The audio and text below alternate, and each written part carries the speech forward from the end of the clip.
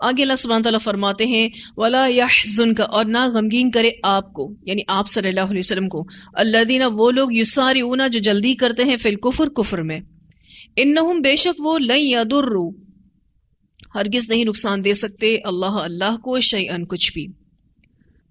کفار بڑے بے خوف ہو گئے تھے اور وہ یہ سوچتے تھے کہ ہم تو اس راستے میں بھی کامیابیاں حاصل کرتے جا رہے ہیں، ہمیں تو غلط راستے میں بھی کامیابیاں مل رہی ہیں، اس وجہ سے ان کو اپنی غلطی نہیں لگتی تھی اور وہ مزید دین سے دور ہوتے جا رہے تھے، کیونکہ نافرمانی کے بعد بھی نعمتیں ملتی رہے نا تو یہ اللہ کی طرف سے ڈھیل ہوتی ہے۔ تو آپ صلی اللہ علیہ وسلم کو اللہ تعالیٰ کہہ رہے ہیں کہ آپ ان کافروں کی دوڑ دھوپ سے پریشان نہ ہوں، یہ اللہ کو کچھ نقصان نہیں پہنچا سکتے۔ اللہ جو ان کو اتنی نعمتیں دیے جا رہا ہے یا ان کو جو اتنی ڈھیل ملی ہوئی ہے، اس کی وجہ یہ ہے یرید اللہ، چاہتا ہے اللہ تعالیٰ، اللہ کے نہ یجعل، رکھے، لہم، ان کے لیے، حظاً، کوئی حصہ، فی الآخرہ، آخرت میں۔ اللہ تعالیٰ اس وجہ سے ان نافرمانوں کو دنیا میں بھی نعمتیں دے رہا ہے تاکہ آخرت میں ان کا کوئی حصہ باقی نہ رہے۔ وَلَهُمْ عَذَابٌ عَظِيمٌ، اور ان کے لیے عذاب ہے بڑا، ان کے لیے بہت بڑا عذاب ہے۔ ان الذین، بے شک وہ لوگ، اشتروا، جنہوں نے خرید لیا، الکفر، کفر کو، بالایمانی، ایمان کے بدلے، لن یضر اللہ شیئا، ہرگز نہیں وہ نقصان پہنچا سکتے اللہ کو کچھ بھی، وَلَهُمْ عَذَابٌ علیم، اور ان کے لیے دردناک عذاب ہے۔ اوپر بات آئی عذاب عظیم کی، اب بات آ رہی ہے عذاب علیم کی۔ اگر کسی نے ایمان کا سودا کیا ہے اور کفر خریدا ہے تو اللہ کو کچھ نقصان نہیں پہنچائے گا، وہ اپنا ہی نقصان کر رہا ہے، اس کو دردناک عذاب دیا جائے گا۔ وَلَا يَحْسَبَنَّ الَّذِينَ كَفَرُوا، اور نہ گمان کریں وہ لوگ جنہوں نے کفر کیا، اب یہاں سے مراد منافق ہیں، انما، بے شک، نملی لہم، ڈھیل دے رہے ہیں ہم ان کو، خیرن، بہتر ہے، لانفسہم، ان کے نفسوں کے لیے۔ یہ منافقین ہرگز نہ سمجھیں کہ اللہ کی طرف سے جو یہ ڈھیل ملی ہوئی ہے ان کے لیے خیر کا باعث ہے، بہتر ہے ان کے نفسوں کے لیے۔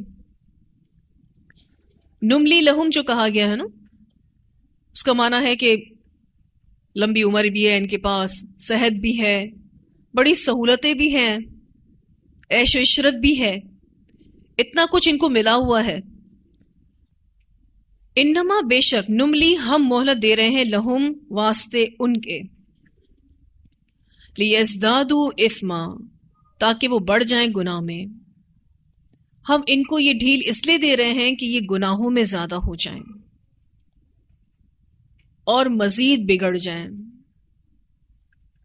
کیونکہ نافرمان انسان کو جب اللہ کی طرف سے بہت ساری اچھی چیزیں مل رہی ہوتی ہیں تو وہ اپنے آپ کو صحیح سمجھتا ہے اور پھر وہ گناہ پر گناہ کرتا چلا جاتا ہے۔ منافقین کو بھی اللہ تعالیٰ نے صحتیں دے رکھی تھی، بڑی صحت کے مالک تھے اور ان کے پاس پیسہ بھی بہت تھا، ان کی زندگیوں میں آسائشیں بھی بہت تھیں، تو ان کو لگتا تھا ہم کہاں سے غلط ہیں، ہم تو بہت اچھے ہیں، تبھی تو ہمیں یہ سب کچھ ملا ہوا ہے۔ تو اگر غلط کام پر پکڑ نہیں آ رہی، اس کا یہ ہرگز مطلب نہیں کہ وہ صحیح ہے۔ غلط کام غلط ہے اور اس پر پکڑ نہیں آ رہی تو وہ اللہ کی طرف سے ڈھیل ہے، اور اللہ یہ ڈھیل کیوں دے رہا ہے؟ تاکہ وہ مزید بگڑ جائیں، گناہوں میں زیادہ ہو جائیں۔ انما نملی لہم لیزدادوا اثما ولہم عذاب مہین، اور ان کے لیے عذاب ہے رسوا کرنے والا۔ تین طرح کے عذابوں کا ذکر آ گیا، پہلا عذاب عظیم، پھر عذاب علیم، اب عذاب مہین۔ سورۃ القلم میں اللہ تعالیٰ فرماتے ہیں، آیت نمبر 44 اور 45، سَنَسْتَدْرِجُهُم مِّنْ حَيْثُ لَا يَعْلَمُونَ وَأُمْلِي لَهُمْ إِنَّ كَيْدِي مَتِينٌ، ہم ان کو ایسے دھیرے دھیرے سے کھینچ رہے ہیں، ان کو پتہ بھی نہیں چلتا، اور ہم انہیں ڈھیل دے رہے ہیں، اور ہماری تدبیر بڑی ہی مضبوط ہے۔ إِنَّ كَيْدِي مَتِينٌ، یعنی اللہ تعالیٰ ان کو گریجولی ایسے ٹریپ کر رہے ہیں ان کو پتہ ہی نہیں چلتا۔ دھیرے دھیرے ایسے پکڑ رہے ہیں کہ ان کو پتہ ہی نہیں چلتا کہ وہ گھیرے جا رہے ہیں. سورہ توبہ کی آیت نمبر 85 میں اللہ تعالیٰ فرماتے ہیں وَلَا تُعْجِبْكَ أَمْوَالُهُمْ وَأَوْلَادُهُمْ إِنَّمَا يُرِيدُ اللَّهُ أَن يُعَذِّبَهُمْ بِهَا فِي الدُّنْيَا وَتَزْهَقَ أَنفُسُهُمْ وَهُمْ كَافِرُونَ. اور ان کے مال اور ان کی اولاد آپ کو حیرت میں مبتلا نہ کریں. اللہ تعالیٰ چاہتا ہے کہ ان کو انہی کے ذریعے عذاب دے دنیا میں اور ان کے نفس رسوائی پائیں. کیوں؟ کیونکہ وہ کفر کرتے ہیں. اسی طرح سورۃ المؤمنون آیت نمبر 55 اور 56 میں آتا ہے اَيَحْسَبُونَ أَنَّمَا نُمِدُّهُمْ بِهِ مِن مَّالٍ وَبَنِينَ نُسَارِعُ لَهُمْ فِي الْخَيْرَاتِ بَل لَّا يَشْعُرُونَ. ہم ان کو مال اور بیٹے دیکھ کر خوب ڈھیل دیے جا رہے ہیں. ہم ان کے لیے کوئی بھلائی میں جلدی نہیں کر رہے. ان کو ایسا لگتا ہے کہ ان کے ساتھ اچھا ہو رہا ہے لیکن ان کو اس کا شعور ہی نہیں. کیونکہ نافرمانی کے باوجود جب نعمتیں مل رہی ہوتی ہیں تو انسان کو یہ خیال بھی نہیں آتا کہ وہ غلط کر رہا ہے. آپ کو اپنے آس پاس بہت سارے ایسے لوگ نظر آئیں گے جو اللہ کی شدید نافرمانی میں مبتلا ہے لیکن ان کو سر کا درد بھی نہیں ہوتا, ان کو کوئی تکلیف بھی نہیں آتی. اور ایسے میں جو دین پر چل رہا ہو, پریشان ہو رہا ہو, تو کہتے ہیں پتہ نہیں کون سا دین ہے. وہ اپنے آپ کو صحیح سمجھتے ہیں اور دیندار لوگوں کو غلط سمجھتے ہیں کہ اگر واقعی صحیح ہوتے یہ دیندار لوگ تو ان کو اتنی تکلیفیں کیوں آتی.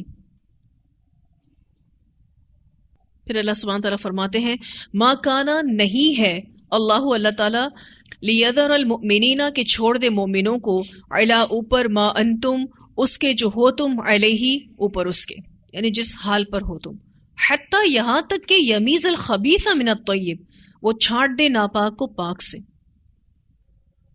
اللہ تعالیٰ مومنین کو چھوڑے گا نہیں, لیکن یہ جو چیکنگز آتی ہیں وہ اسی لیے آتی ہیں تاکہ خبیث چیز کو الگ کر دیا جائے طیب سے. یعنی جو مصلح ہے وہ فاسد سے الگ ہو جائے, مخلص ہے وہ منافق سے الگ ہو جائے. اللہ تعالیٰ نے یہ سارا معاملہ جو جنگ احد کا کیا وہ اسی لیے کیا. آپ دیکھیں غزوہ احد میں منافقین ظاہر ہو گئے, حالانکہ عبداللہ بن ابی ایمان کب لایا تھا؟ غزوہ بدر کے ٹائم پر.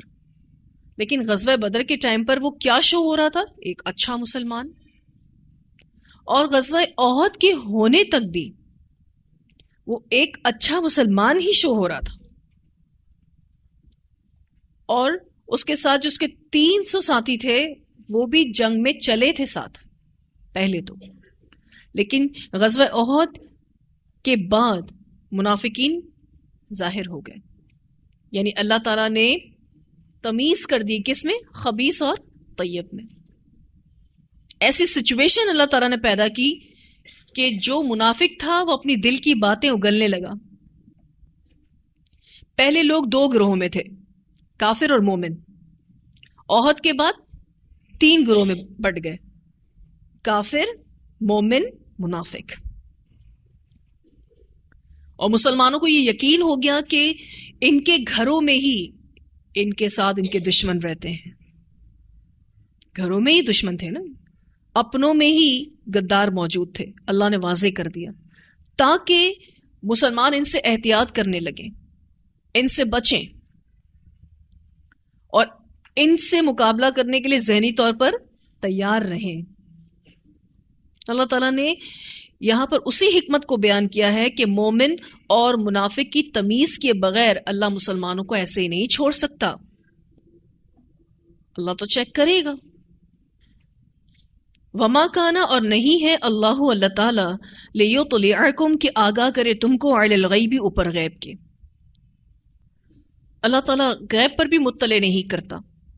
یعنی اللہ تعالیٰ کبھی ایسا نہیں کرے گا کہ غیب پر تمہیں مطلع کر دے, تمہیں غیب کے بارے میں بتائے. ولیکن اور لیکن اللہ تعالیٰ یجتبی چن لیتا ہے من رسولہ اپنے رسولوں میں سے من یشاء جس کو چاہتا ہے. یعنی غیب بتاتا ہے رسولوں میں سے جس کو وہ چن لیتا ہے. فآمنوا پس ایمان لے آؤ باللہ اللہ پر ورسولہ اور اس کے رسولوں پر. تمہارا کام یہ ہے کہ تم اللہ اور اس کے رسولوں پر ایمان لاؤ، وَإِن تُؤْمِنُوا، اور اگر تم ایمان لاؤ گے، وَتَتَّقُوا، اور تقوی اختیار کرو گے، فَلَكُمْ، تو تمہارے لیے ہے اجر عظیم، اجر بہت بڑا۔ تو اللہ تعالیٰ اپنے رسولوں میں سے جسے چاہتا ہے چن لیتا ہے اور ان کے ذریعے لوگوں کو غیب بتاتا ہے، جیسے کہ یہ پورا جنگ احد کا معاملہ ہوا، اس میں جو آیتیں اتری اس کے ذریعے مسلمانوں کو منافقین کے بارے میں بتایا گیا۔ تو بس اللہ پر اور اس کے رسول پر ایمان لاؤ، اگر تم ایمان لے آؤ اور متقی بنو تو تمہارے لیے بہت بڑا اجر ہے۔ تو جنگ احد میں اللہ تعالیٰ نے اہل ایمان کو آزمایا، خوب آزمایا جنگ احد میں، اور ان کے ایمان کو چیک کیا، ان کے صبر کو چیک کیا، ان کی استقامت کو چیک کیا۔ سارے مشکل امتحان تھے، اور ان کی اطاعت کے جذبے کو چیک کیا، جیسے کہ حمراء الاسد کا واقعہ ہوا، ان کے اطاعت کے جذبے کو دوبارہ چیک کیا گیا۔ اسی طرح سے جو لوگ منافق تھے اللہ تعالیٰ نے ان کو بھی چیک کیا، اور پھر وہ ساری باتیں قرآن پاک میں اتار دیں۔ ویسے اللہ غیب پر مطلع نہیں کرتا، لیکن رسولوں کے ذریعے پھر لوگوں کو اصلیت سے آگاہ کیا جاتا ہے۔ تو یہ آزمائشیں اسی لیے ہوتی ہیں تاکہ لوگ ان تمام سچویشن میں جو لوگ کر رہے ہیں نا اس کو پہچان لیں۔ ہر انڈیویجول کو غیب تو نہیں بتائے گا اللہ تعالیٰ، مطلب آزمائش ہوتی ہے، اسی آزمائش میں جو امتحان ہوتا ہے اسی کے ذریعے اللہ تعالیٰ بتاتے ہیں، پھر پتہ چل جاتا ہے کون ایمان والا ہے اور کون منافق ہے۔ پھر اللہ رسولوں میں سے جس کو جتنا غیب مطلع کرنا چاہتا ہے اس کو کر دیتا ہے، اور منافقوں کا بھی بتایا۔ اب اللہ تعالیٰ اگر یہ چاہتے تو منافقوں کی لسٹ اتار سکتے تھے، کیا مشکل تھا اللہ کے لیے؟ پوری لسٹ اتار دیتے قرآن پاک میں، نام بتا دیتے پورے کہ یہ لوگ منافق ہیں۔ اللہ نے ایسا نہیں کیا۔ اگر ایسا کیا ہوتا تو یہ اس دور کے منافقین کے لیے وہ آیتیں رہ جاتی اور ختم ہو جاتا معاملہ۔ اللہ تعالیٰ نے ان کی صفات کو بتایا، ان کے کردار پر بات کی، تاکہ قیامت تک جتنے بھی منافقین ہوں گے وہ ان آیتوں کے ذریعے جج کر لیے جائیں گے، ان آیتوں کے ذریعے پہچان لیے جائیں گے۔ تو اللہ ایسے حالات پیدا کرتا ہے کہ مومن اور کافر اور منافق الگ الگ ہو جائیں۔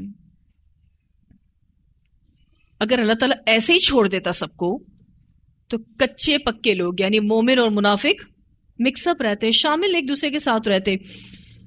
تو جو گروہ قیادت کرنے والا ہے، جن کو لوگ رول ماڈل بنائیں، جو لوگ دین کا کام کریں گے، ان کی پیورٹی لوگوں کو کیسے پتہ چلے گی؟ پھر لوگ تو ہر کسی سے دین سیکھنا شروع کر دیں گے۔ کیسے پتہ چلے گا کس سے دین سیکھنا ہے، کس کی قیادت کو قبول کرنا ہے؟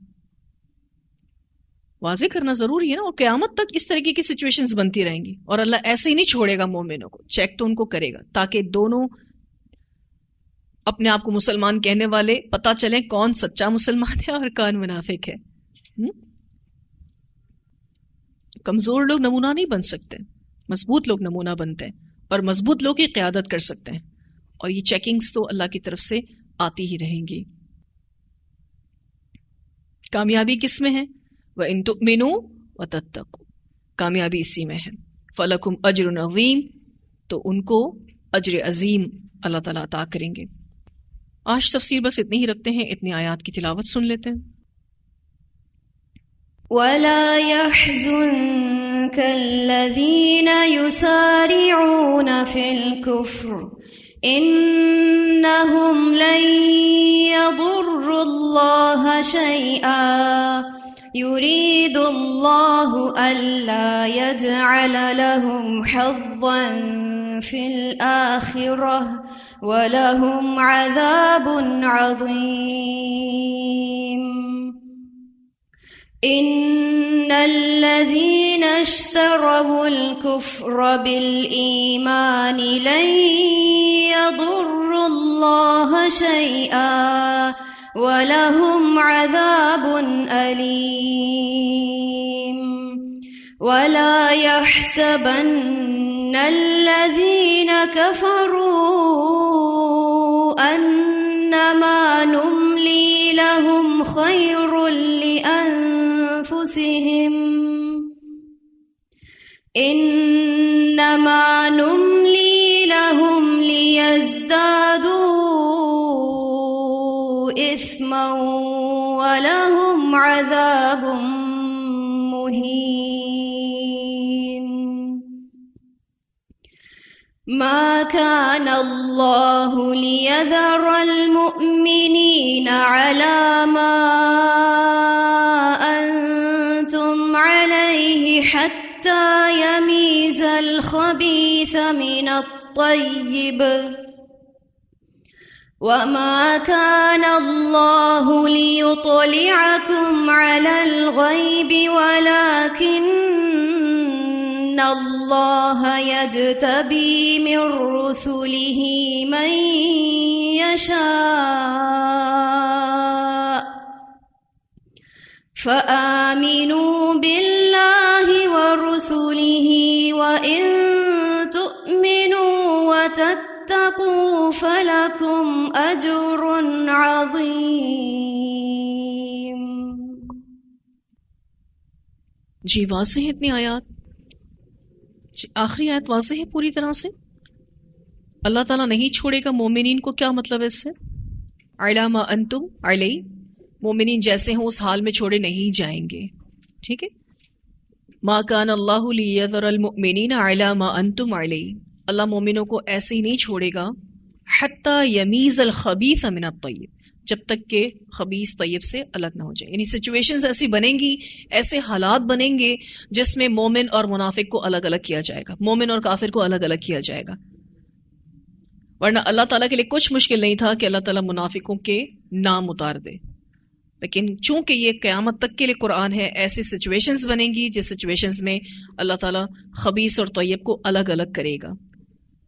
اور اللہ تعالیٰ ایسا نہیں کہ وہ غیب پر مطلع کر دے. وما کان اللہ لیطلعکم علی الغیب، ہاں ایسا ہوتا ہے، غیب بتایا جاتا ہے. ولکن اللہ یجتبی من رسولہ من یشاء، غیب بتاتے ہیں اللہ تعالیٰ رسولوں کو. جو غیب کے طور پر بتانے والی چیزیں ہوتی ہیں وہ غیب کے طور پر بتاتے ہیں، لیکن جو سچویشن بیس بتانی ہے، جو سچویشنز کریٹ کر کے سمجھانی ہے، وہ پھر ویسے ہی ہوں گی.